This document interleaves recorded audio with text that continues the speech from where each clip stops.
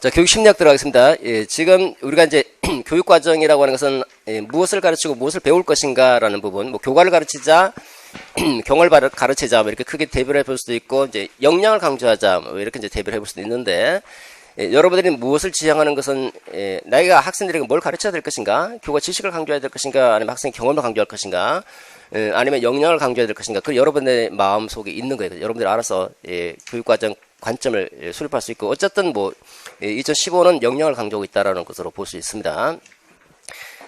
그 다음에 이제 무엇을 가르칠 것인가는 결정이 됐으면 학습자에게 이제 그 교과 내용을 전달하기 전에 학생들의 상태를 알아야 되겠죠. 학습자에 대한 이해, 누구에게 가르칠 것인가, 학습자마다 자 개별적인 특성들과 동기 수준도 다르고 인지 양식도 다르고 인지 발달 상태도 다르고, 이 다양한 특성들을 우리가 이해해야 되고, 어떤 발달 특성이 있고 어떻게 학습하는지를 이해해야지 가르칠 수 있게 되죠. 교육 심리학이라는 것은 바로 이제 그 내용을 토대로 해서 누구에게 가르칠 것인가과 관련되는 부분이고, 누구라고 하는 것은 학습자고, 그 학습자를 이해하자. 크게 보면 교육 심리학은 심리학적 이론을 교육학에 적용시킨 것이다 라고 보는데, 심리학은 여러 가지 그 분과 영역이 있는데, 그 중에서 학습 심리학과 발달 심리학, 이 두 가지, 발달 심리와 학습 심리 두 가지를 큰 축으로 해서 논의가 진행된다라고 볼 수가 있고요. 그래서 크게 보면 발달 이론과 학습 이론, 이 두 가지입니다. 이걸 통해서 이제 학습자 어떻게 발달하는지, 어떻게 학습하는지 설명해 주려고 하는 게 교육 심리학입니다. 이렇게 해서 학습자를 변화시키겠다라고 하는 겁니다. 그러면 이제 축은 두 개 축이죠. 발달 이론과 학습 이론. 근데 그 발달 상태를 조금 더 이제 다시 제가 하나 또 뽑아낸 건데, 뽑아내면 좀 복잡하니까 뽑아내면 학습의 특성에서 인지적인 특성, 정의적 특성, 인지 발달, 정의 발달을 인지적 특성과 정의적 특성을 뽑아서 인지적 특성, 정의적 특성 이렇게 나누어서 살펴볼 수가 있을 겁니다. 그래서 먼저 첫 번째 학습 특성입니다. 인지적 특성을 생각해 볼 수 있죠. 우리가 제일 먼저 학습 특성을 고려할 때 보통 이제 이 지적인 측면을 많이 고려하죠. 그래서 지능 부분을 먼저 볼 수 있고, 그 다음에 지능과 창의성은 서로 상관성이 별로 없습니다. 상관성이 없기 때문에 지능이 높다고 창의성이 높은 건 아니고, 창의성이 높다고 지능이 높은 건 아니죠. 서로 상관성이 없기 때문에 창의성 부분을 또 별도로 볼 필요가 있겠죠. 만약에 창의성을 검사해야 될 교사가 그 지능을 검사해버리면 이건 논리적으로 서로 관련 없는 것을 평가하는 오류에 빠질 수 있죠. 그죠? 그 다음에 인지양식, 학자가 정보를 어떻게 인지하고 처리하는지, 그 인지양식, 이렇게 세 가지로 살펴볼 수 있습니다. 지능입니다. 지능이 등장하게 된 지능과 관련해서 처음에 학습 부진화를 선별해서 이들에게 재교육하기 위해서 비내가 처음으로 지능 검사를 개발합니다. 지능 검사. 비내는 학습 부진화를 선발해서 그 학습 부진화에게 재교육을 시키기 위해서 지능 검사를 만들었고, 여기가 이제 미국으로 건너가서 스탠포드 비내 검사, 웩슬러 검사 형태로 발달되고, 우리가 이제 보편적으로 많이 시행하고 있는 것이 이제 웩슬러 검사입니다.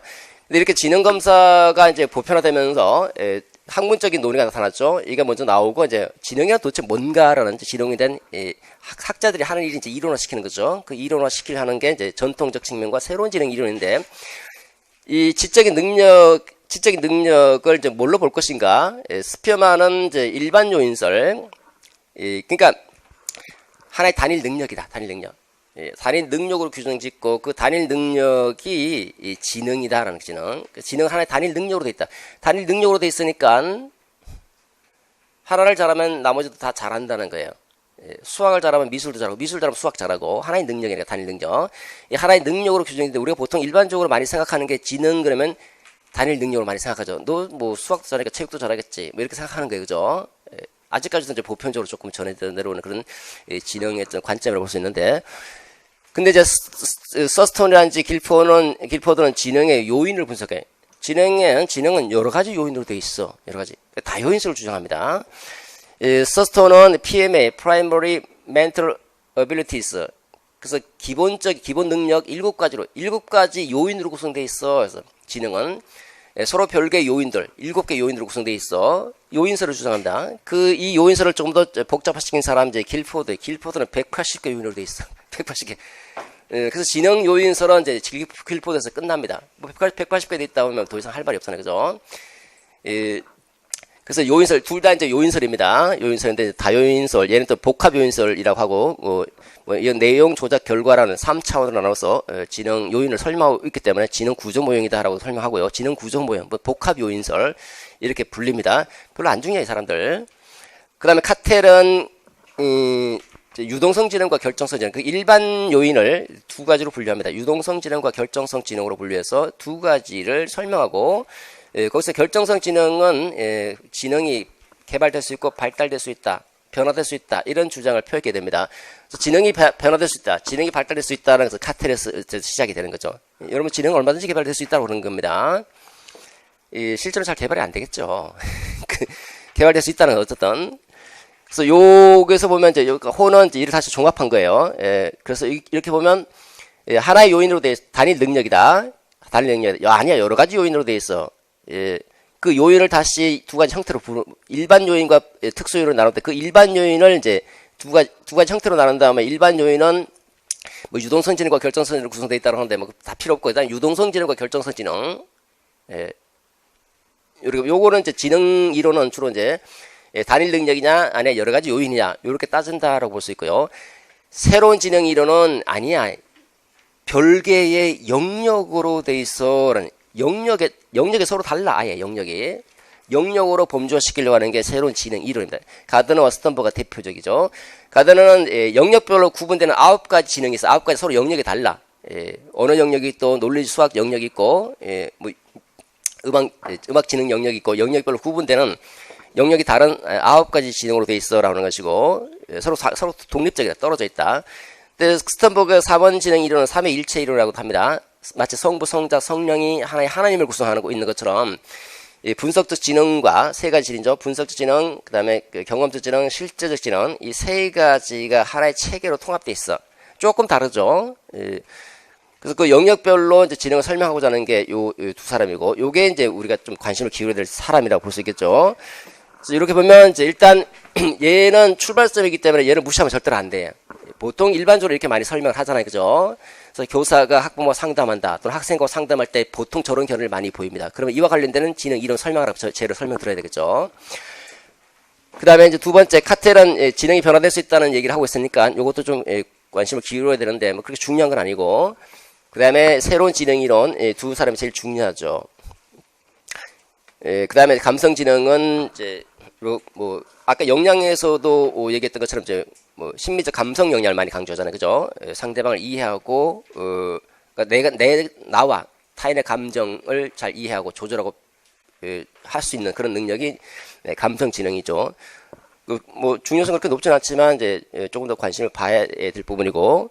그다음 지능은 뭐 어떻게 측정하는가는 우리 문제가 아니에요. 그 지능이 약간의 이제 문화적으로 편향되어 있기 때문에 문화 공평 또는 문화 공정성 검사를 얘기하고 있고요. 우리가 보통 주요하게 관심을 기울여야 될 것은 IQ 해석이죠. IQ를 어떻게 해석할 것인가. 자, 여기 지능 이론에서 딱 하나 출제됐어요. 이거 IQ 해석. 근데 IQ 해석은 또 나올 수도 있는 거죠. 이게 사실 이제 실제적인 측면이니까 IQ를 이 지능 지수를 어떻게 해석해야 될 것인가. 라는 부분 조금 다시 관심을 기울여야 되고, 창의성은 우리가 이제 창의성을 요구하고 있는 사회이기 때문에 중요하죠.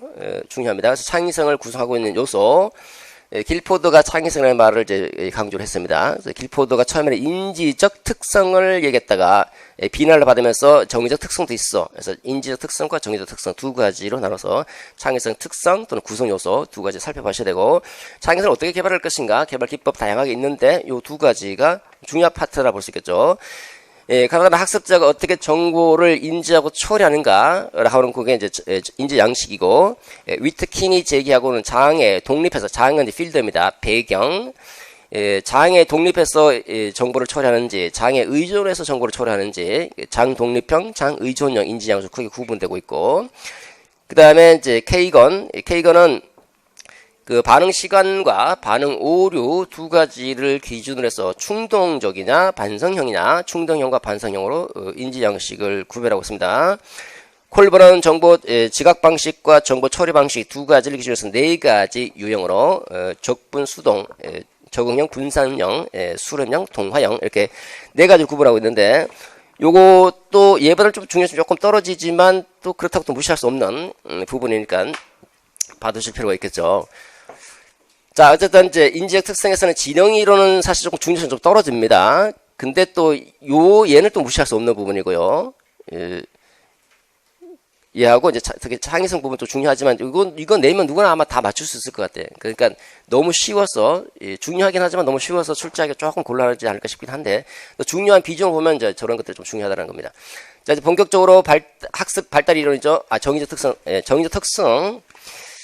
자, 정의적 특성은 이제 자아개념하고 동기 이론이 있는데 동기 이론은 교육 심리학에서 말하는 동기 이론은 동기 유발의 원천이 뭔가? 동기는 어디에서 비롯되는가? 동기 유발 원천을 다루고자 하는 거예요. 동기라고 하는 것은 움직일 동자, 기제죠. 움직이는 기제를 뭐가 사람의 행동을 움직이게 하는가? 자동차를 움직이게 하는 그 기제는 연료죠. 화석 연료, 뭐 석유나 가스 같은 걔가 움직이게 한다면 인간의 행동을 움직이게 하는 그 기제, 심리적인 메커니즘은 뭔가? 이걸 다루고자 하는 거고 그 원천이 어디 있는가? 이걸 설명하고자 하는 게 동기 이론입니다. 첫 번째 욕구다. 욕구. 물론 이제 일반적으로 이제 동기 일반에서는 이제 내재적 동기와 외재적 동기, 내재 안에 있다는 거죠. 외재 밖에 있다. 누구를 기준하냐? 유기체를 기준해서 유기체 안에서 비롯되는 동기가 내재적 동기. 유기체 외부에서 비롯되는 동기, 칭찬, 상, 벌. 외재적 동기죠. 성취감, 만족감, 내재적 동기죠. 유기체 안에서 비롯되느냐, 유기체 외부에서 비롯되느냐. 일반적인 측면이고, 동기의 근본적인 원천이 뭔가? 욕구다. 욕구 때문에 동기가 유발된다. 인간 행동하고자 하는 욕구에서 나오는 거야. 욕구. 대표자가 이제 메슬로우 욕구 위기론이죠. 욕구가 인간 행동을 유발을 시킨다. 배가 고프니까 빵을 먹으려고 하고 밥을 먹으려고 하는 거고, 졸리니까 잠을 자려고 하는 거다. 그 행동은 단순히 욕구다. 욕구. 인간은 동물하고 크게 다를 바가 없어. 근데 상위 욕구는 조금 달라. 상위 욕구는. 그래서 메슬로우는 이제 욕구를 5단계로 구분해서 생한사, 존자, 자기 실현 욕구를 최상의 욕구로 보고 성장 욕구죠. 이렇게 구분해서 설명하고자 하는 겁니다. 욕구가 동기유발. 그 욕구를 다시 새롭게 내재적 동기의 관점에서 강조한 게 대시와 라이언의 자기 결정성 이론입니다. 자기 결정성 이론은 자신의 행동을 스스로 결정하고 통제하고자 하는 그 욕구. 이게 인간의 동기의 원천이다. 자기가 하고 싶어서 산다는 거예요. 자기가 하고 싶은 그 욕구 때문에 나온다는 거죠. 자기가 스스로 결정했기 때문에. 자기 결정 욕구는 세 가지로 구분합니다. 자율성, 유능감, 그 다음에 관계성. 이 세 가지 욕구가 자기 결정을 구성하고 여기서 이제 이 욕구 이론 중에서 내재적 동기를 가장 잘 설명할 수 있는 이론이기 때문에 이게 제일 중요하다고 볼 수 있어요. 얘는 가장 기본이니까 얘를 무시할 수 없습니다. 이건 한번 나왔어요, 출제. 행정고시에서 나왔고 우리 임용시험에서도 출제가 됐어요. 또 나올 수도 있을 거예요. 얘는 가장 기본적인 것은 무조건 알아두셔야 돼요. 영순이고 그냥 기본은 무조건 영순이고 그 다음에 중요도로 보면 이제 이게 중요하다고 볼 수 있고요. 아까 우리가 이제 지능 이론은 이제 거의 다 이론이 끝났습니다. 이론 작업이. 이제 대부분 이제 심리학자는 이 동기 이론을 많이 넘어가 있어요. 동기 이론을 연구를 많이 하고 있죠. 그러니까 동기 이론 전체적으로 보면 동기는 상당히 중요하다는 전체적으로 볼 때. 근데 이제 한번 하나가 출제가 두 개가 출제됐어요. 그러니까 동기는 더 중요하니까. 지능 이론은 하나가 출제돼서 IQ 하나가 나왔지만 여기는 두 개가 나왔어요. 그만큼 여기 조금 비중이 더 높다고 볼 수 있는데. 자기가치 이론은 자기 가치를 보존하고자 하는 욕구가 있다는 거예요. 좀 뭔가 유능해 보이기 위해서 자기 가치를 보존하고자 하는 것이 있는데 그 자기 가치를 보존하기 위해서 동기가 유발된다. 자기 가치 이론에서는 자기 장애 전략이라는 게 핵심 개념이 있는데 그 자기 장애 전략을 알아두셔야 되겠고요. 그 다음에 믿음이다. 믿음 때문에 동기가 유발된다. 기대와 가치의 곱만큼 동기가 된다는 건데 기대, 성공할 것이라는 기대. 그 다음에 성공에 부여하는 가치. 성공 기대와 과제 가치의 곱만큼 동기가 유발된다라고 설명하는 게 이겁니다. 이거 조금 복잡해요. 복잡한데 이거 출제가 됐죠. 두 개가 출제가 됐다고 볼 수 있고 효능감, 능력 있어 하는 능력 스스로 능력 있다고 생각하는 거예요. 능력 있다고.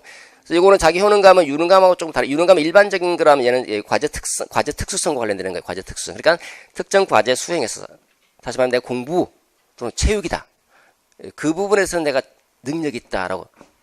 특정 과제 수행에서 성공할 수 있다는 능력에 대한 믿음이 있어서 공부를 열심히 하고 운동을 열심히 한다는. 그 다음에 귀인 이론이죠. 귀인 이론은 이제 원인이죠. 원인을 귀속시킨다. 어떤 원인이냐면 이제 성공과 실패죠. 성공과 실패의 원인을 어디로 귀속시키느냐, 어디로 귀속시키느냐에 따라서 인간의 정서와 행동에 영향을 준다라는 게 귀인 이론인 귀인. 바람직하게 귀인할 수도 있고 바람직하지 못하게 귀인할 수도 있다라는 거고 거기에 따라서 정서와 행동이 달라진다. 이렇게 설명하고자 하는 거죠. 어디에든 믿음을 두는가는 겁니다. 그 다음에 목표가 동기 유발 원인이다라고 설명하는 게 목표 관련된 부분이죠. 목표 지향성 이론, 무엇을 목표로 지향하는가, 무엇을 목표로 오리엔티드 삼는가, 목표 지향성, 어디를 과제 수행에서 어디에 목표를 두는가에 따라서 그 수행 과정과 결과가 달라질 수 있다라는 거예요. 그러니까 목표라고 하는 것은 두 가지 목표가 있죠. 숙달, 과제 이해와 숙달에 초점을 두는 목표가 있을 수 있고, 숙달 목표, 그다음 수행 목표, 자신의 능력을 타인과 비교하려는 수행 목표, 크게 두 가지 목표로 대별되고, 그 이후에 후대 학자들이 또 이제 몇 가지 추가를 합니다. 어쨌든 크게 두 가지 목표, 어디를 지향하느냐에 따라서 이제 그 과정과 결과가 달라진다는. 성취 동기라고 하는 것은 어렵고 도전적인 과제예요. 어렵고 도전적인 과제를 성공적으로 수행하려고 하는 그 욕구, 이게 성취 동기다. 자, 얘는 조금 중요성이 조금 떨어질 수 있다고 볼 수 있는데요. 전체적으로 보면 다 중요한 메타입니다. 다 중요한데 우리가 이제 그 귀인으로서 조금 더 귀 기울여야 될 게 이렇게 학습된 무기력감. 이게 굉장히 고전적이거든요. 셀리그만이 처음으로 주장한 건데. 학습된 무기력감은 고전적이면서도 행정고시에서 나왔어요. 그러니까 요즘 조금 또 중시되고 있는 부분. 사실 다 중요하지만 요걸 조금 더 관심을 기울여야 되고 또 요거는 반두라 얘기예요. 반두라는 교육 심리학의 거장에 가장 영향이 있는 사람. 그래도 반두라가 또 한번 나오면 얘가 나올 수 있는데 조금 제가 여기서 조금 선별하자면 얘가 좀 중요하다는 거지. 얘가 안 중요하다는 거 아니에요. 전부 다 중요합니다. 전부 다 중요한데 구분하지 말고 쭉 한번 보셔야 될 것 같습니다. 자, 이제 발달 이론으로 가보도록 하죠. 발달은 인지가 발달될 수도 있고 인지가 아닌 다른 거, 이 정서나 그러니까 사회성, 도덕성 이런 게 발달될 수도 있겠죠. 인지는 피아제와 비고츠키로 대별되죠. 피아제는 하나의 인간이 환경과 능동적으로 상호작용하면서 개인의 인지를 발달시킨다. 개인적 구성주의고, 비고치기는 사회문화적 맥락을 강조하죠. 사회문화적 맥락을 토대로 인지를 발달시키니까 사회문화적 구성주의 이렇게 얘기합니다. 두 사람은 조금 대별되죠. 그래서 인지 발달 이론은 표현적으로 굉장히 고전적일 수 있는데 사실 둘 다 중요합니다. 근데 비고치기가 조금 더 중요하다고 해서 초기에는 보면 사회적 구성주의를 많이 강조하고 있는 입장이니까요. 그 다음에 인지 말고 다른 거, 비인지 발달은 성격, 도덕성, 사회성인데 성격 발달은 이제 한번 나왔죠. 에릭슨, 프로이드는 몰라도 될 것 같고요. 에릭슨은 출제됐습니다. 그 다음에 에릭슨은 이제 청소년기의 정체성에 대해서 논의하고 있는 게 마샤입니다. 마샤는 아직 출제가 안 됐죠. 마샤는 좀 보셔야 될 겁니다. 정체성 지위 이론 또는 정체감 지위 이론이라고 번역하기도 하고요. 그 다음에 도덕성 발달은 우리가 이제 우리 사회에서 학생의 도덕성이니 사회성이니 이런 얘기가 많이 나오죠. 그래서 요거를 무시하기는 조금 그렇습니다. 피아제는 볼 필요 없을 것 같고, 콜버그와 길리건인데, 굉장히 콜버그는 고전적이에요. 둘은 또 역시 마찬가지로 이게 서로 대비가 되고 있는 것처럼 약간 이제 대비가 되는 관점에. 근데 콜버는 굉장히 고전적으로 비판도 많이 받고 있지만, 역시 행정고시에서도 출제가 됐어요. 최근에. 배려 윤리, 이 두 가지는 좀 중요하다기보다는 이제 안 보기는 좀 그런 부분이라 볼 수 있겠고요. 사회성, 최근에 이제 학계 보면 대부분 다 사회성에다 초점을 많이 맞춥니다. 대부분. 반사회적 성격들, 타인을 잘 이해하지 못한다.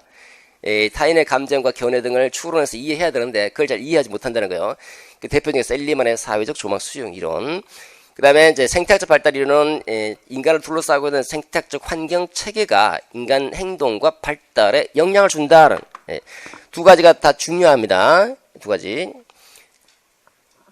특히 이제 얘가 조금 더 중요하다 볼 수 있겠지만 사회적 조망 수용 그죠? 조망 상대방의 관점과 견해, 감정을 추론해서 이해할 수 있는 능력 이걸 좀 더 강조한다 보는데 얘도 사실 중요한 부분이 하나입니다. 얘는 행정고시 나왔어요. 행정고시 근래 행시 논술로 출제가 됐고 또 유아 교직 논술의 단골이에요. 연속으로 2번 나왔어요. 교직 논술에서 뭐 우리가 유아까지는 볼 필요 없잖아요. 초등교주 노수는 뭐 한번 봐야 되겠지만 어쨌든 둘 다 중요하고 이 부분에 많이 학계에 집중되어 있다. 얼마나 집중되어 있으면 유아는 계속 나오고요. 행시에서도 나왔거든요. 행정고시. 교육 정책을 위반하는 사람. 이것도 중요한데 이건 아직 이제 출제가 안 되고 있지만 전체적으로 보면 얘가 이제 가장 탑. 그 다음에 이렇게 가볼 수 있겠죠. 인지 발달은 그래서 비고치기가 좀 중요하다 이렇게 볼 수가 있습니다. 다음 학습 이론으로 가보겠습니다. 학습 아까 이제 발달이 어떻게 일어나는가를 설명한다 그러면 학습 이론은 학습이 어떻게 일어나는지를 설명하고자 하는 이론입니다. 설명. 선생님이 왜 자꾸 설명하죠? 이따 교수학습 다음에 들어가면 이제 왜 설명하는지를 설명할 겁니다. 설명하고자 하는 이론입니다. 학습이 뭔가? 학습. 우리가 배운다는 거잖아요. 학습을 뭘로 규정할 것인가? 학습 이론에서는 학습은 변화다. 변화. 그 변화인데 행동주의하고 인지주의가 좀 다르죠. 행동주의는 외적 행동, 행동의 변화죠. 얘가 학습이다. 외적인 행동이 변화돼야 돼. 예를 들어서 이 사람이 사랑한다라는 학습했다면 사랑에 대해서 학습했으면 뭐 행동이 나와야 되는 거예요. 뭐 초콜릿을 만날 때마다 하나씩 주든지 뭐 허깅을 하든지 그게 나와줘야지 행동이에요. 근데 인지주의에서는 행동의 변화가 아니라 인지 구조의 변화다. 인지가 변화, 인지 구조 또는 인지 과정. 인지가 변화된 게 학습이다라고 설명하는 게 인지주의. 행동을 허깅하면서 딴 생각하고 있죠. 욕하고. 그건 학습이 된 거라고 볼 수가 없잖아요. 그죠? 인지 자체가 변화된다. 이게 학습이다. 우리가 이제 심리학을 보면 제1세력 심리학, 2세력, 3세력 심리학인데 1세력 심리학은 정신 분석학이에요. 정신 분석학. 프로이드의 정신 분석학의 첫 번째 심리학, 1세력 심리학. 정신 분석학은 인간의 정신을 분석해요. 인간의 정신은 의식의 세계와 무의식의 세계로 두 가지 나눠야 돼. 인간의 의식 세계는 이렇게 그죠? 이 무의식의 세계가 인간을 지배한다는 거예요. 의식과 무의식, 인간의 의식, 정신 세계를 쪼개는 게 분석. 자아도 쪼개, 자아도. 이드, 에고, 슈퍼에고처럼 인간은 쪼개질 수 있다. 이 정신을 분석하죠? 이 정신 분석하는데 이게 1950년도 되면 1950년도는 학문의 특징 중에 하나가 이론화예요. 이론화. 행동주의에 기반한 이론화, 실정주의적 관점에서 실제로 증명할 수 있도록 실정주의적 관점에서 행동주의적, 특히 행동주의적 관점에서 이론화 시키는 게 강하게 나타나, 강하게. 50년대 등장한 행동주의가 행동주의가 이제 2세력 심리학을 담당하게 됩니다. 제 3세력 심리학은 이제 인본주의다, 인본주의. 얘는 그 세력이 별로 없죠. 이렇게 세력. 이렇게 하는데, 학습 이론에서는 이제 인본주의는 별로 힘을 발휘하지 못하고, 크게 이제 행동주의와 인지주의 두 가지가 되게 중요하고, 요 사이에 이제 걸쳐져 있는 게 사회 인지학습 또는 사회 관찰학습이죠. 사회 관찰. 반도라가 얘기하는 사회 관찰, 요건 출제가 됐죠. 반도라니까. 사회 관찰학습 이런 출제가 됐고, 요 사회 관찰은 그럼 학습을 뭘로 보는가? 요걸로 본다. 왜? 사회 인지잖아. 인지를 강조하니까 사회 관찰학습은 인지 구조의 변화를 학습을 보고 얘는 행동을 블랙박스로 취급했죠. 블랙박스로 취급한 행동을 다시 살린 게 인지주의죠. 얘는 행동의 변화가 아니라 인지 구조의 변화를 봅니다. 행동주의에서는 예를 들어서 친구가 A라고 하는 학생이 이 행동을 먼저 해요. 스킨에 따르면 손을 들으니까 선생님이 칭찬해 주더라. 그 칭찬의 강화를 받아서 또 그 같은 행동을 하죠. 계속 손을 듭니다. 수업 시간마다. 그걸 옆에서 지켜보고 있던 B는 자기가 행동을 하지 않죠. 행동을 하지 않는데 그 강화받는 모습을 보면서 인지구조가 변화돼. 나도 손 들면 강화를 받겠지라는 그 신념과 기대가 생기죠. 신념과 기대가 생기면 그 인지구조가 바뀌는 거예요. 이걸 우리가 학습으로 규정하고 행동은 강화가 기대될 때 그때 나오는 거예요. 학습의 산물이에요. 산물. 그래서 별로 손을 안 들 때 내가 지금 손 들면 나를 칭찬하겠지. 그때 손을 드는 행동을 하죠. 그러니까 강화가 기대될 때 이제 행동을 옮기는 거고. 그래서 어쨌든 학습은 예로 규정한 인주주의처럼 그 인지주의에서 인지구조 변화인데 인지구조 변화 설명하려면 이걸 설명 좀 인지구조 설명하기 좀 어렵잖아요. 그죠? 어렵기 때문에 이게 주관적으로 설명하는 방법이 있고요. 객관적으로 설명하는 방법이 있는데 주관적으로 설명하는 방법이 바로 형태주의고 객관적으로 설명하려고 하는 게 정보 처리 이론이에요.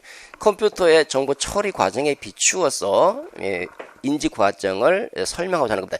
행동주의는 파블로프와 스키너, 손다이크 있는데 손다이크는 교육심리학의 아버지지만 아버지로서 대우를 잘 못 받아요. 그러니까 우리가 아버지를 무시해도 좋을 정도로 상당히 무시를 많이 받고 있습니다. 중요도는 여기 약간 다리 역할을 하기 때문에 중요도가 떨어지고 여러분들은 이거 파블로프와 스키너는 무시하면 곤란해. 이거는 파블로프는 행동고시에도 한번 출제됐고 행동주의로 해서 옛날에 고전 이론 아니냐? 고전 이론이기는 맞지만 얼마든지 우리가 활용되고 도움이 되는 게 행동주의입니다. 그리고 행동주의는 이제 행동주의 상담 이론 한번 출제가 됐죠. 상담 이론은 뭐 교육심리학 그대로 따라가는 거예요. 그 두 가지를 살펴봐야 되고, 그 다음에 이제 사회 인지학습 이론은 반대로 한번 출제했죠. 출제됐으니까 조금 가능성 좀 떨어지는데, 그렇다고 또 완전히 무시하기 좀 곤란한, 그냥 한번 좀 봐두셔야 될 부분이고, 인지주의 학습 이론, 여기는 아직 출제가 안 됐습니다. 형태주의는 주관적으로 설명하기 때문에 객관식 용도는 좀 괜찮은데, 그 논술용어로는 뭐 조금 가치가 떨어집니다. 우리가 봐야 될 것은 이 바로 정보 처리 이론이죠. 굉장히 중요하면서도 최근에 많이 강조가 되고 있는데 아직 출제가 안 되고 있습니다. 인본주의 학습 이론은 한 번은 봐두셔야 되는데 이론적 기반이 좀 약하기 때문에 간단하게 한번 봐두실 필요가 있을 겁니다. 그 다음에 최근에는 이제 전위가 핵심 개념을 통해서 이해하고 전위가를 높이자는 얘기를 많이 하잖아요. 그죠? 그 전위를 좀 높여야 돼. 전위. 그래서 전위에 대해서 또 한 번은 봐두실 필요가 있을 것 같습니다. 적응과 부적응은 객관식으로서 별로 안 나왔고 논술에서도 가치가 많이 떨어집니다. 간단히 한번 보시긴 하시겠지만 요런 정도에 조금 더 초점을 맞추고 전개를 하시면 되겠죠. 그래서 교육심리학은 이렇게 특히 두 가지 크게 보면 이제 발달 이론과 학습 이론 크게 두 가지로 대별되고 있고 어떻게 발달이 일어나는지 인지 발달과 비인지 발달로 나눠서 살펴볼 수 있고 어떻게 학습하는지 행동주의, 그다음에 사회 관찰 학습 이론, 인지주의, 인본주의 이런 식으로 논의가 진행이 된다라고 하는 겁니다. 조금만 쉬었다가 하겠습니다.